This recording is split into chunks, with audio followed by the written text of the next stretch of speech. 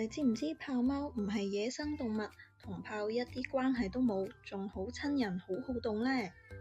豹貓原本係亞洲豹貓，台灣又叫石虎，同虎斑貓配種出嚟嘅混血兒。